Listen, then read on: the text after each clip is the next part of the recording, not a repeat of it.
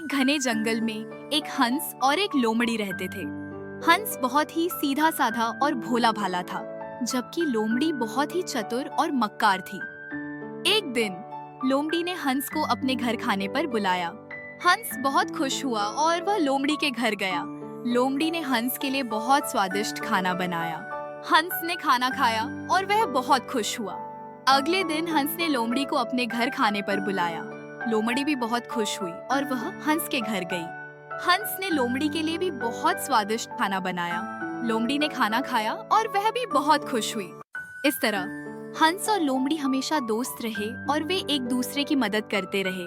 एक दिन हंस और लोमड़ी जंगल में घूम रहे थे। वे एक नदी के किनारे पहुंचे। नदी बहुत गहरी थी और उसमें बहुत तेज धारा बह रही थी। हंस को नदी पार करने में डर लग रहा था।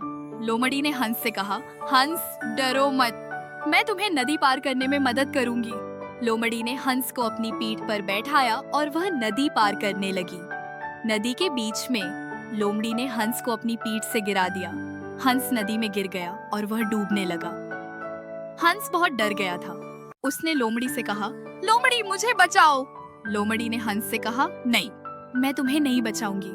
तुम बहुत ही सीधे साधे और भोले भाले हो।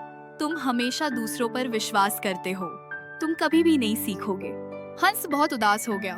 उसने सोचा कि अब वह कभी भी नहीं बचेगा। लेकिन हंस ने हार नहीं मानी। उसने अपनी पूरी ताकत लगाई और वह तैरने लगा। धीरे धीरे वह नदी के किनारे पहुंच गया।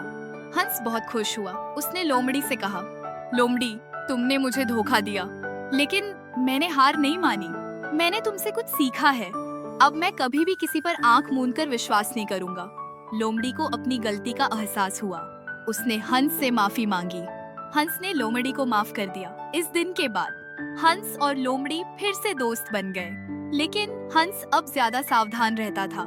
यह कहानी हमें सिखाती है कि हमें कभी भी किसी पर आंख मूंदकर विश्वास नहीं करना चाहिए। हमें हमेशा सावधान रहना चाहिए और अपनी रक्षा करनी चाहिए। ये कहानी बच्चों को भी बहुत पसंद आएगी, क्योंकि इसमें दोस्ती, धोखा और सबक सीखने की बात कही गई है।